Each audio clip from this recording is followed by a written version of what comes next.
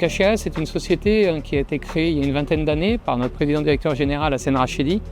On est basé à Grenoble. Historiquement, la société fait de la tuyauterie industrielle et aujourd'hui, on fait aussi des stations hydrogène qui est le principal de notre activité. Donc HRS, aujourd'hui, c'est 28 stations en opération en France et en Europe. On est présent en Angleterre, on est présent en Espagne, on est présent au Portugal, on est présent en Italie, bien sûr en France, on est présent aussi en Arabie Saoudite et en Allemagne.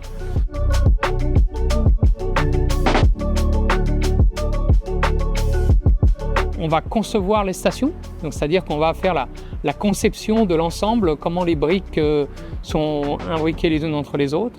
Derrière, on va faire toute la partie fabrication, donc on a une usine à côté de Grenoble de 10 000 m² qui permet d'assembler les différents modules qu'on voit ici. Derrière, on va faire l'installation et derrière, on va faire toute la partie, ce qu'on appelle le commissioning ou la mise en service de l'équipement. Donc c'est toute la mise en gaz, vérifier que les performances sont là, etc.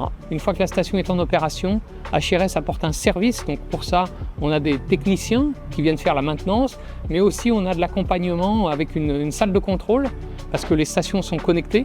Et donc nos stations, les informations remontent et on peut avoir un suivi temps réel et une assistance soit à l'exploitant, soit aux techniciens quand ils interviennent.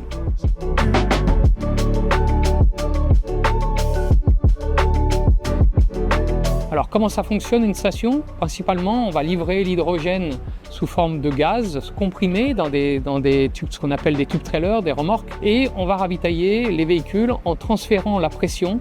Et au passage, on est obligé de recomprimer l'hydrogène. Donc c'est pour ça qu'on voit ici sur cette zone, on a un ensemble d'équipements qui vont permettre de comprimer, de stocker et de transférer l'hydrogène dans les véhicules. Et quand on transfère l'hydrogène dans les véhicules, en plus on est obligé de la refroidir pour que ça se passe rapidement. Et aujourd'hui, par exemple, on arrive à faire le plein d'un véhicule grand tourisme en 5 minutes et d'un camion à peu près en 10 minutes.